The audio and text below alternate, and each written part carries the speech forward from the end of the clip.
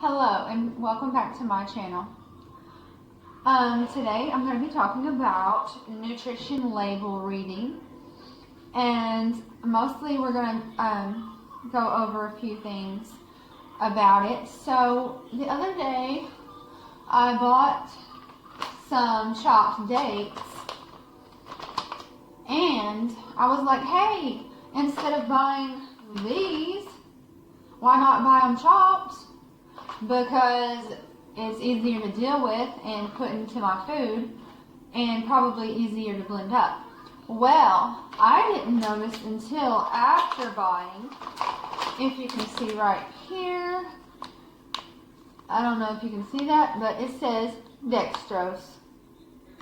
Now dextrose is a sugar that they added into these dates to make them sweeter, obviously, but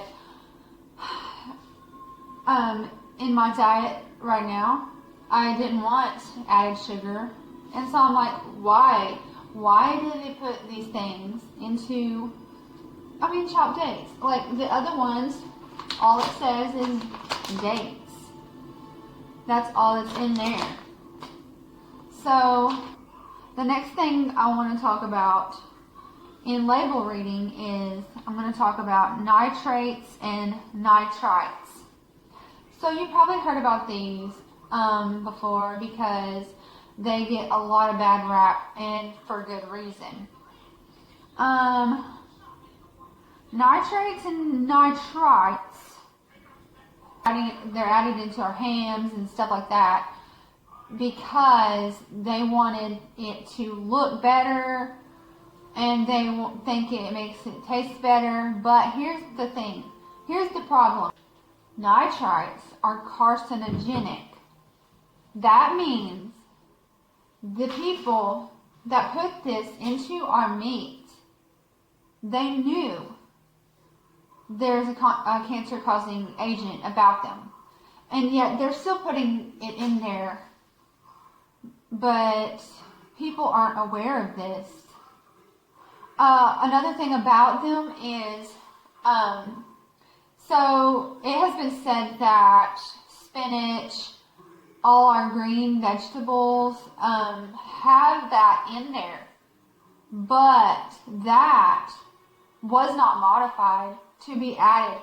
So like spinach has nitrates and nitrites in it, but because it's a natural occurring phenomenon, apparently it does not cause cancer, so do not be scared to eat your salads, okay? Hydrogenated oils is a process which turns oil into a solid. What do you think about when I say hydrogenated oils? You know what that is? It's margarine. Okay? Margarine was first made, well, this is what I was told. Margarine was first made to feed to turkeys to fatten them up. And now they're feeding that to humans. Margarine has, okay, so it's a hydrogenated oil, processed to thicken it, okay? So they put all that stuff in there to solidify, and that stuff has a lot of trans fat. A couple more things about label reading is the length of the ingredients. As you can tell in these date products, one ingredient, okay? They're dates.